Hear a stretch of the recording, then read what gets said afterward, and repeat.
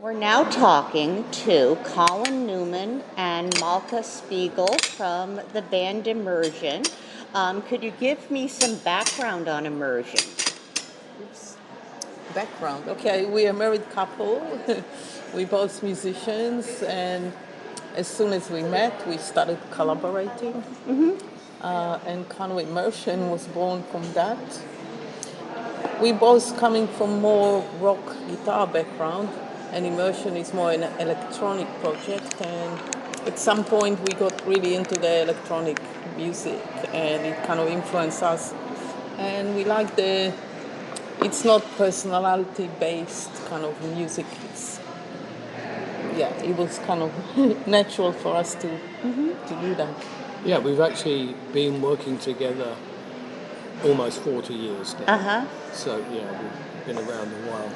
I'm probably best known for being in the band Wire, and Marco's best known for being in the band Minimal Compact. But the musics of those groups don't necessarily influence Immersion. It's quite far, actually, from what we do at the moment. But as Marco said, we're an electronic duo. We originally started the actual project Immersion in the 90s, kind of in the sort of techno period. And yes, like I said, we were very influenced by that whole thing about electronic music being kind of faceless, but in a good way. You could be from anywhere. You could speak any language. You could be any gender. You could be anyone. And you don't have make to the music play. And you didn't have to play the role of being something. You could just be the music. And that was something that was, I think, that was a new thing. I think that didn't exist before the 90s. Also coming from bands that got attention, and it was quite nice to be somewhere sort of part of a musical community, but not based on who you are.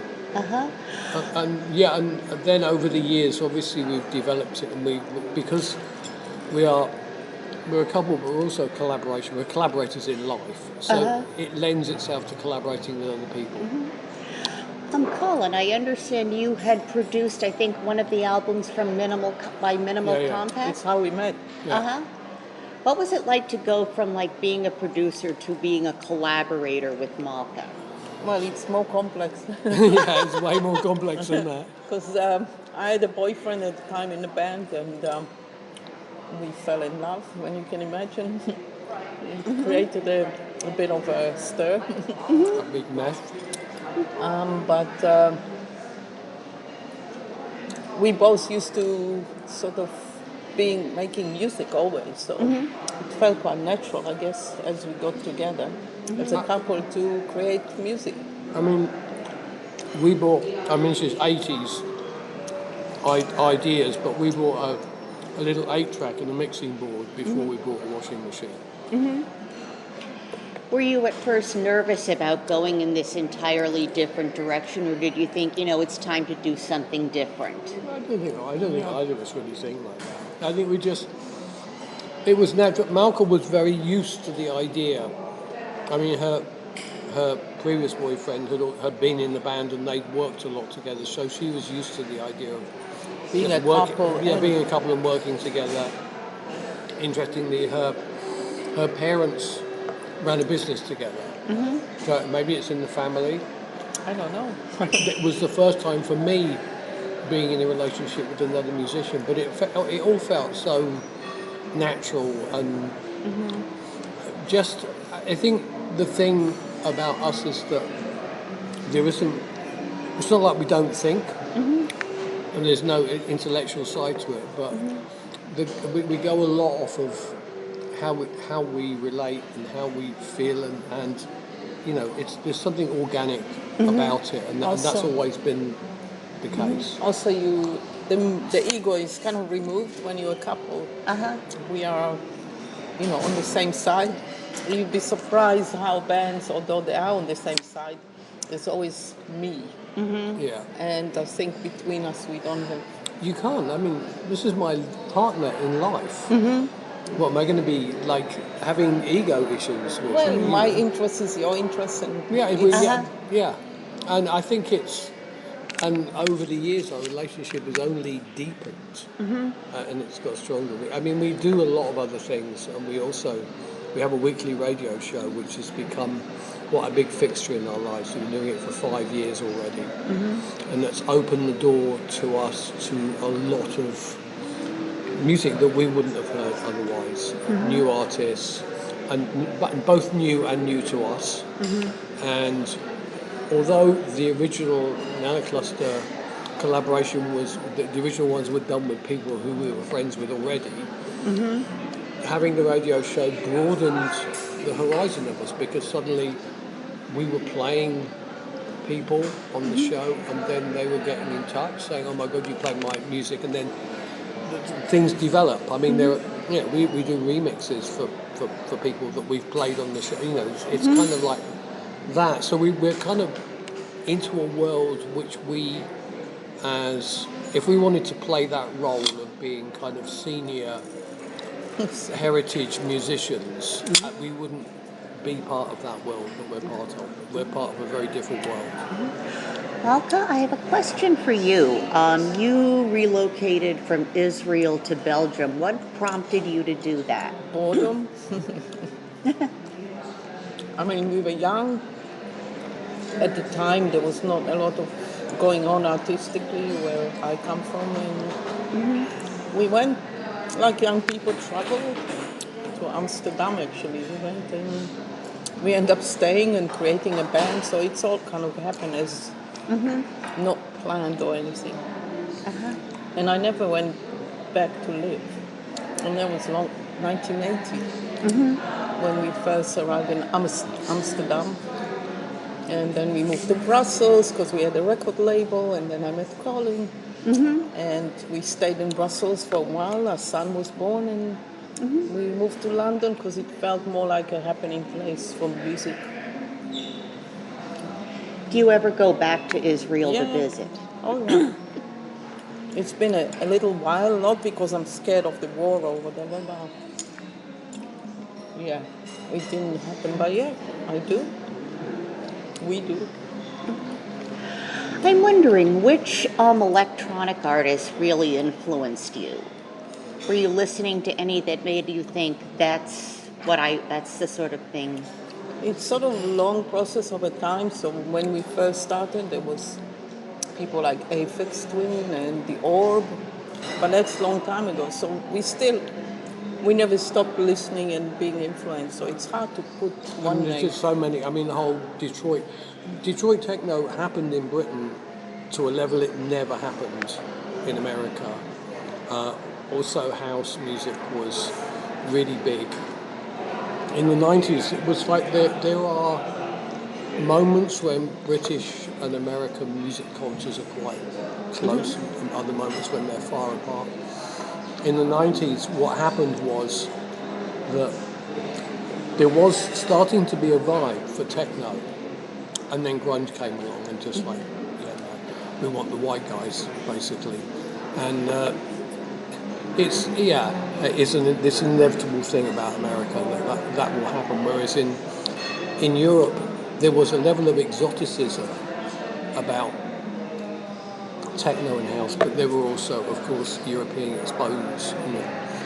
Berlin and Belgium. Belgium was very, very strong for techno. So we were living in a country where they had a very strong scene. But our taste and influence is never ending. Yeah, absolutely. So we still hear things that we love and we're not consciously influenced by, but when you hear good music, you're inspired by it, feeds back into your own creativity. Yeah, and as we hit London, I mean, mid-90s, suddenly drum and bass happened. Drum and bass was absolutely massive in London in the mid-90s. It took a long time for it to come to America. We just love the freshness of new movements. Yeah. So we want to be part of, which gets harder and harder because new movements don't seem to happen anymore. There's a lot of stuff out there. But we live in Brighton, which is a very vibrant city full of musicians. So we sort of have friends from younger bands. And we're very much in touch with the Brighton music scene. We're kind of I mean, we more or less operate like a grassroots band We're on that quite level. happy to go on the road and play in small clubs, even though we already played in bigger venues in previous projects. But there's some kind of magic about it. Quite romantic. I'm wondering, what if, of course, you mentioned Europe. That was also the home of bands like Kraftwerk or Neu, who were Yeah, yeah. they Of were sort of the course. pioneers They're of still very techno. influential Yeah, in a absolutely. general way. So, yeah, definitely. Probably Kraftwerk more in the 80s and 90s, and Neu that seems to be never ending that influence. Yeah, I love the way it feeds into new project that it's not obviously similar, but it's got that But drive. that's not true in Germany. Like Michael Rother is not a big name in Germany. Relatively. Relatively not. He's better known here and he's better known in the UK, which is also a kind of a fascinating thing about how that works. I mean, there's always that element, I think, in any culture about there will be a set of people within one culture who love the exoticism of something from somewhere else. And that's always going to be the case, I think. I'm wondering also, what kind of feedback you've gotten from people who would have been fans of your previous groups. Yeah, it's an interesting question because some of them tend to be quite conservative and attached to the past, and they would want you to do similar to what you've done already, which we're not interested in. Yeah. While others more open would be excited by us bringing new things. So yeah, it depends on the person very much. There is such a lot. I mean, in some ways, I mean, the way that the industry is right now, there is this massive heritage thing. I mean, pick bands going and playing their, 40-year-old album in its entirety and stuff like that, selling out really big venues. And you just, it's so unhealthy. It's really unhealthy for music. But then you always got to think the 95% rule. Well, you made 95%. that up. I made it up. Yeah.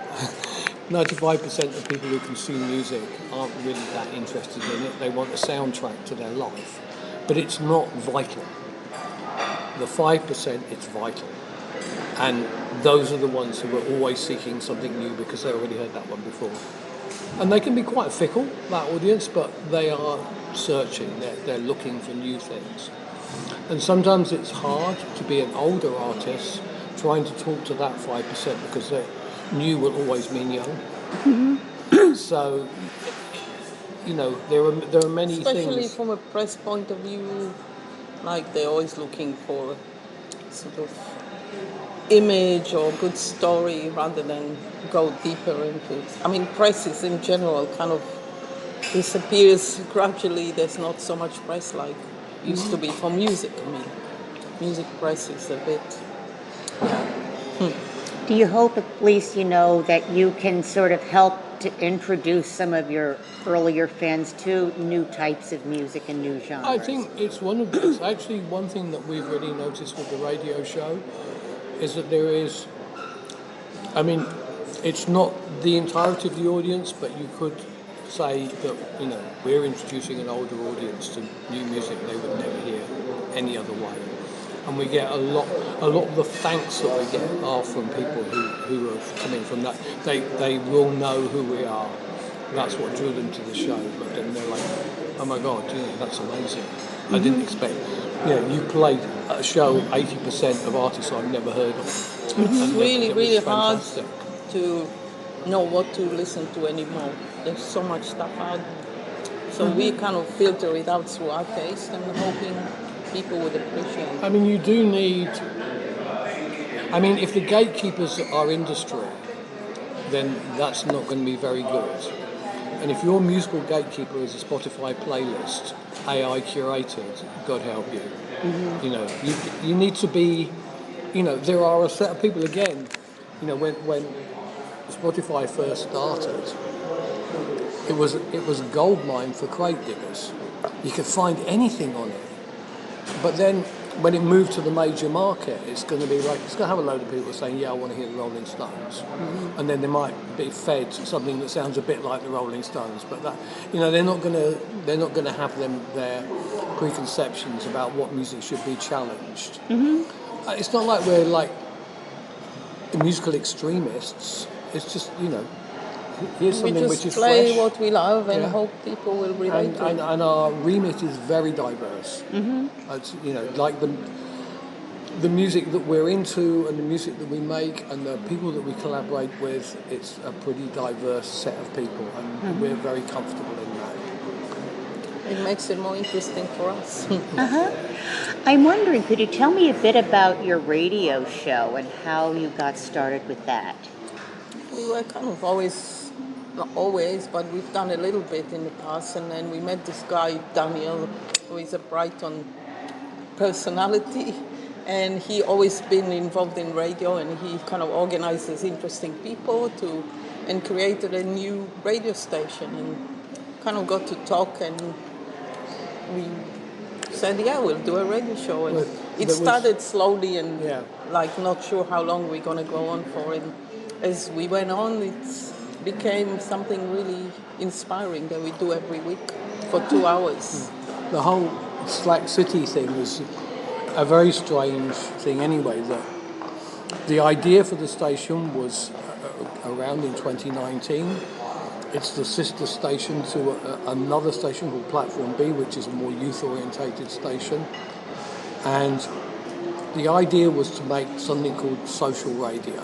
Okay, and we launched in 2020. Not much socialising going on, but we have basically our show's been on air since July 2020, and we've done a show, as Mug said, show every week, 2-hour show every week. That's quite a big commitment to us. Work, yeah. And we started off like most musicians, we know lots of music, and believe me, that doesn't get you very far, actually. You suddenly realise you need to look, you need to pay attention to what people are doing. We're lucky that we have this ninja selector bloodhound sitting next to me, who is just... You don't want to be in the same room when she's looking for music, because she's going so fast between stuff. I have a natural filter, so I don't want to hear anything that is, for me, bad taste or anything, but you have to go through a lot of stuff. Here's a classic Malka quote. So she has the Brooklyn Vegan new songs for today listed in front of her. She just looks at it and says, it's all shit. I mean, sorry, Brooklyn Vegan. I mean, you do some good stuff. Yeah, no, but it's like Vegan have they been have to supportive put of the every week new album. new music, and some of it is like shockingly bad. But yeah, they appeal to everyone's taste, so I can't judge them for that. It's fine.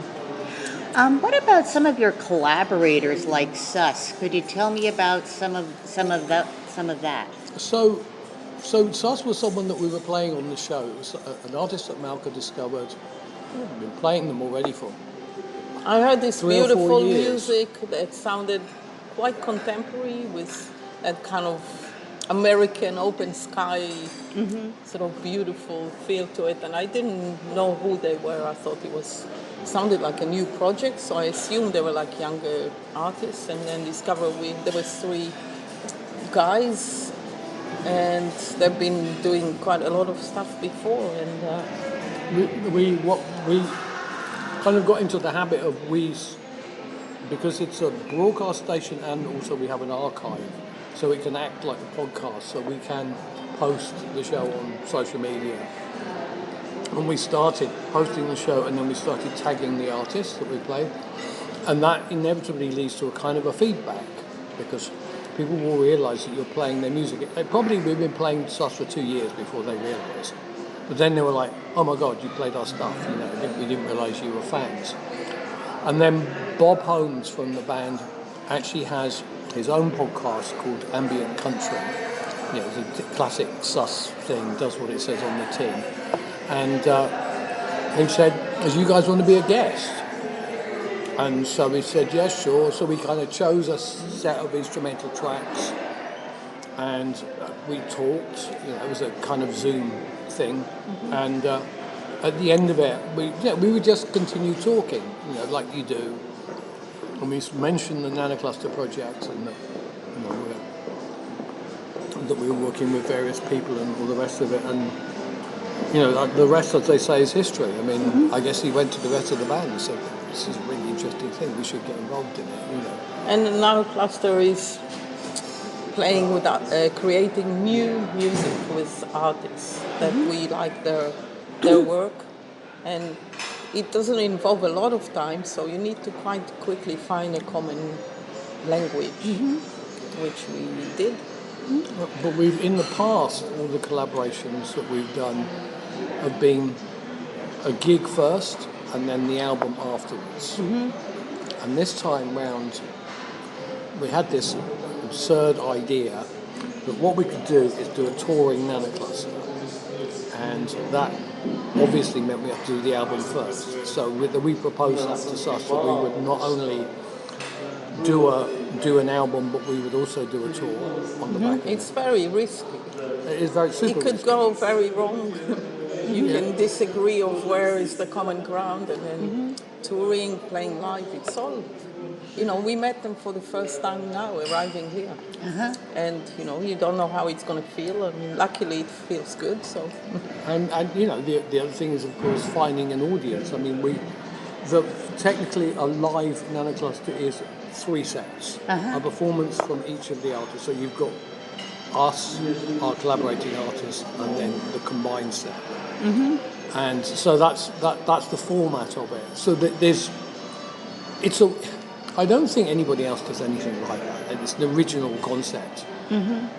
But it's probably a little, if the album is out, it's probably a little bit easier to sell to a promoter of it's this music rather than, hey, we're going to turn up and we're going to play some music nobody's ever heard before. You know, that's probably a harder thing.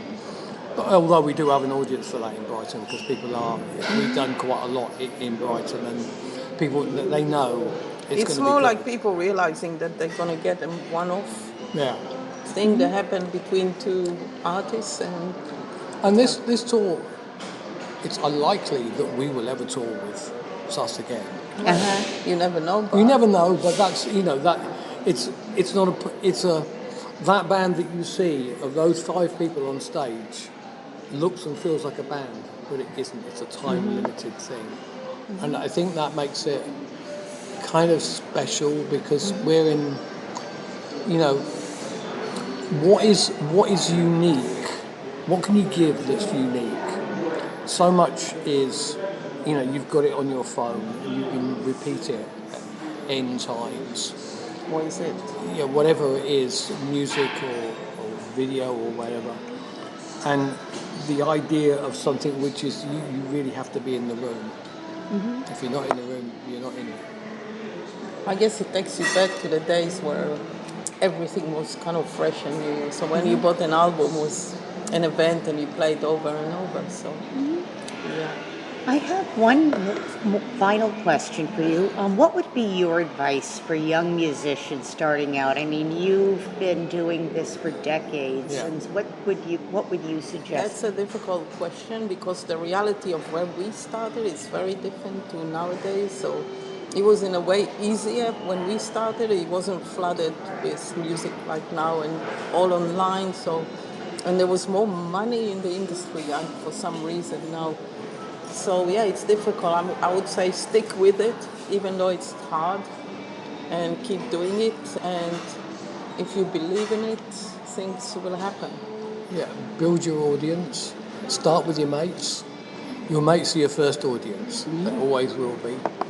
And we see it with young bands in Brighton. That's how they start. Their audience is their peers. And once you see that their audience isn't just their peers, then you know that they're going somewhere. And also do it with people you love being with.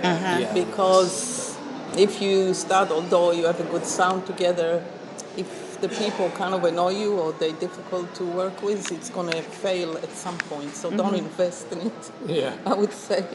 Yeah, absolutely. That's a very good piece of advice. But I mean, as Marcus said, the world and the industry is radically different now, and how anybody can make money out of this is really, really tough. We know people in bands young bands who can tour, they can get paid a decent fee for a gig. They've got albums, they get great reviews. They have labels. Yeah, they have labels behind them. Albums sell and all the rest of it, but they still have to have jobs. And that is... It needs dedication. Yeah, that's tough. But I mean, one thing that you can say, I can certainly say about, we know a lot of musicians who are in their 30s, so they've been doing it long enough to know what they're doing, but they're not, old enough to be jaded. They're very smart at figuring out what the way... Realistic. Yeah, and realistic, and how to survive, how to make that work, and to understand that you need the commitment to do that. You need, when you're tired and, you've got to do a lot of other stuff, but still... the band is really important. I mean, we were, in a way, I think back, we were quite spoiled. Oh, we were super spoiled. Took things for granted. Yeah. So, now it's like, And the very last thing is, don't give your music away. Try and hang on to it. Any contract you sign, make sure there's a time limitation on it, that you get your music back, because that, if you get anywhere, that will be invaluable to you. it's very tempting to sign a deal because it's flattering and he thinks they're going to look after us, but read the detail. Yeah, the industry is very, very, very corrupt and almost medieval in its practices. And I could talk about that for another 2 hours, but I'm not going to. Okay. Thank you